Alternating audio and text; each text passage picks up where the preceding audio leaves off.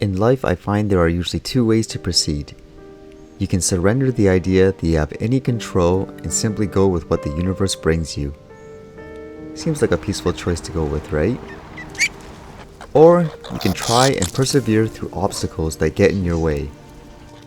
Not exactly an easy life, as you can imagine. It's difficult to say which one is the right choice. I was always taught that there is no one right way, and nor is the path always a straight one. But one thing is for sure, you keep moving forward one step at a time. This year, it seemed like setbacks and challenges was the dominant theme. Everyone needs a little help now and then. But what if this help never arrives? Do you fight or flee? When you aren't doing it just for yourself, it raises the question, do you keep going, even if it kills you, as they say? 2019 started off as expected. We made a lot of new buddies this year, I guess you can say, huh? The biggest challenge I anticipated this year was the introduction of new drone laws that could prohibit people like myself from using it anymore. I was committed to getting through this obstacle though, as it has become a big part of my artistic tool to capture perspectives that would normally only be accessible to a few. I still had plans to explore new places just like every year, as it's great to try and experience new things. But what happens when life takes a sudden change for the worse? What the hell just happened? People often say, use what you have when it comes to creating work and art. But this year was the year of the gear failure. Literally, every piece of gear ranging from a simple cord to batteries became non-functional. And man, with this camera, it happened before, like a couple of weeks ago. Like I basically mentioned about it where the motor, you can actually hear it like rumbling. So I think this camera might be on its way out, unfortunately. And even I was saying, this year is all about the gear, huh? Like I can feel it now, it's rumbling. It probably made some sounds. The signs were there. I guess at least you can't say I don't try to get the most out of my gear. That still didn't prepare me for what happened. The drone randomly falling from the sky. Not just once either. This could mean no more aerial videos. My thermal camera ceasing to connect with my phone to operate. That could translate to no more unique perspectives. Not to mention the phone battery not being able to hold a charge very well. What is the universe doing? And worst of all, my main camera was now officially dead. That would mean no more videos. Would anybody be legitimately sad if I can't do the vlogs and stuff anymore just because of no camera, or even the drone if it's down and so forth? Oh, I gotta think of what to do with it now. Money doesn't grow on trees, you know? As much as you enjoy something, you have to do what makes sense financially. Did it make sense to shut everything down? But I always remember, it's not just for me. Is it the same? Sure, you can see a visual. You can hear a sound. But does it enable me to properly communicate and convey what's happening? It's a strain to go on like this. People often say gear does not matter. Boy, are they wrong. Can I create something? Well, yes. Is it wise to use items that turn something fun into a burden? Absolutely not. Okay, how am I gonna do this today again? Rain, and you have things like the cameras and all that. It makes it so difficult. A few days of thinking is what I need. This isn't the first time I have experienced life where it feels like you have nothing. But I've never been one who was given an easy road to walk. I want to help.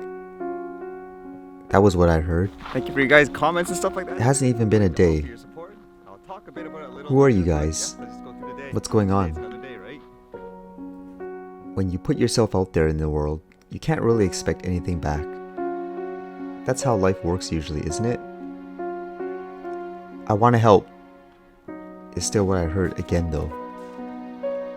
Do I open myself up for disappointment, or should I trust this guidance? sometimes life gives you signs that even I can't explain. But regardless, I suppose you have to give the universe a chance and be open to anything. Then came the surprises.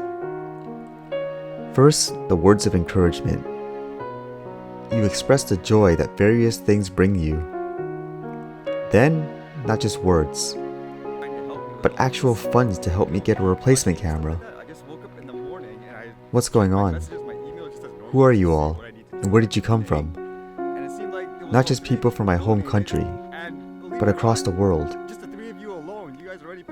I remember the names for some as it looks familiar. Many of you haven't even known me for that long either. Yet you want to help. $5, $20, over $100. And I was checking the funds, one of you made a remark, oh, here's a couple of bucks. You call a couple of $100 a couple of bucks? Holy cow! You're crazy. It makes me happy and confused. Why are you investing in this random person you only see through the monitor? Is it just the walks through nature? The aerial views I try to capture? The squirrels and ducks you say? Or is it the perspectives I throw out there? Some of you say it's the passion you can see. Whatever the reason may be, it's reassuring to know that there are people who care, and what you do provides them a positive value for the day. They often say, if you know you can only help one person in life, then it makes it all worthwhile. In this case, there's clearly more than just one of you. With all this help, the most important piece of gear to get going was indeed replaced. Now, you can see things like this again.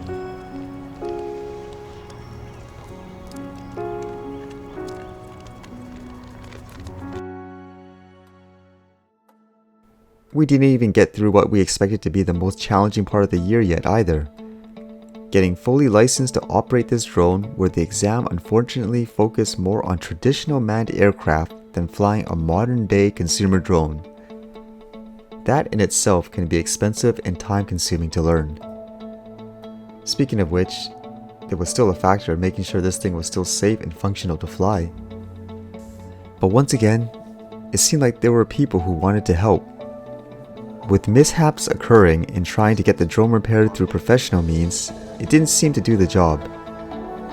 That's when I felt a self-repair option would be best. Opening the drone was uncharted territory, but fortunately, there were people who wanted to help. As it would turn out, we were able to successfully self-repair the gimbal camera of the drone. Oh, it's the same issue. No, that's good. Oh. Then came things like the drone exam. I invested the time and money to learn everything, but you actually needed an in-flight review now too. It seemed like so many places just wanted your money and were so far away. Who do you trust? As if I'm in some kind of scripted movie, it seemed like the universe just brought me another person who was willing to help. Offering to conduct the drone exam in a place that was accessible to me? And by a member of the Canadian Armed Forces? Sure. My name is Jonathan Glacier.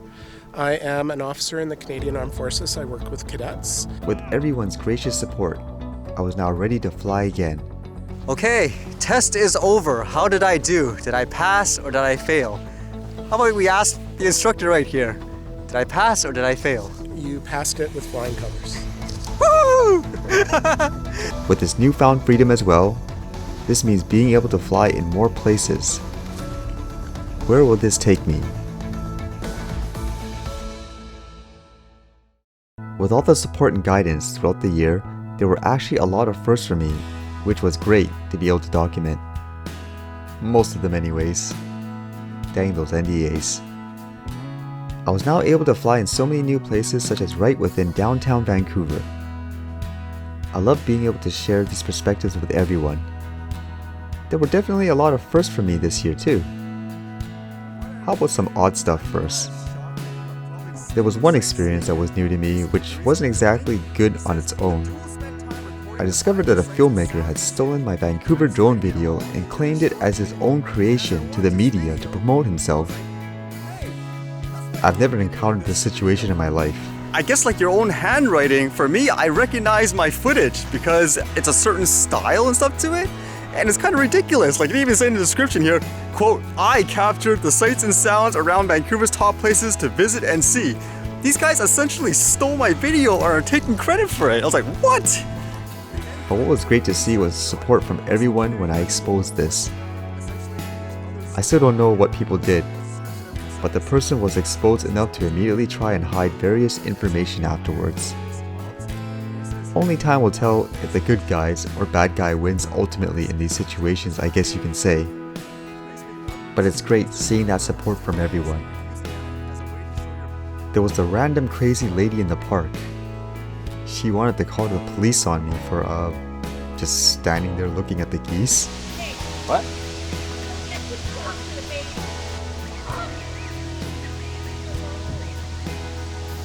What's your issue, ma'am? I'm standing here watching them. I come here every day. There's babies there. There's babies here. They actually know me. They actually know me. They come up to me all the time. Do you have an issue with that? It's a public space. We're doing it no harm.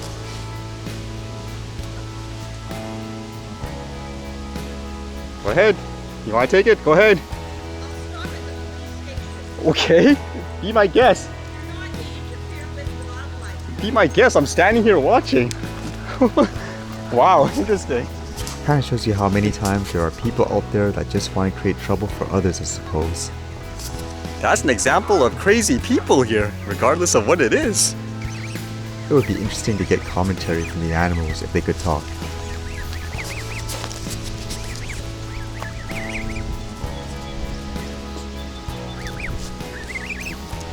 Oh, that lady's blood must be boiling now because they're coming up to me. This was the first year I tracked my walking steps each day. There was one day I actually walked over 100,000 steps in a single day. There you go, 100,000. It was an interesting way to spend Canada Day while exploring my area. Speaking of Canada, I literally did walk across Canada in distance when you add everything up. For this year, I walked over 7,000 kilometers. A lot more than the distance of Canada, which is 5,514 kilometers. Is that too much?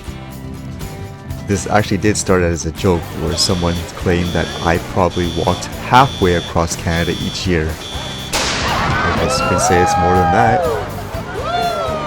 Holy cow!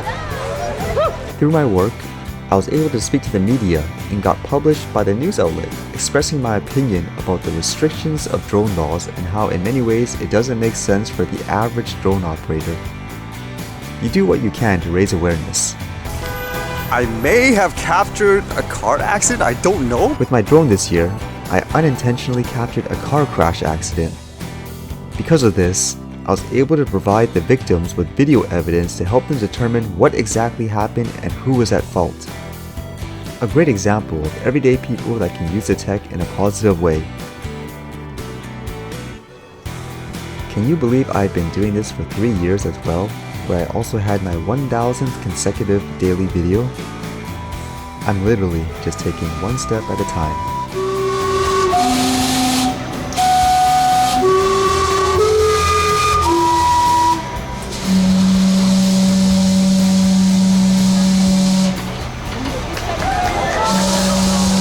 There were actually a ton of stuff I wanted to do, but it seemed like the universe just said no in many ways, such as wanting to try a seaplane ride where nature just magically made it too dangerous to fly. So in terms of exploring and trying new things this year, I guess you can say things didn't go as planned. But just when you think nothing else can happen for the year, as a result of something great happening, I was able to add a new small drone to my toolkit, which should open up even more possibilities for next year. One person can do a lot on their own, but with the help of others, it makes the journey so much more special.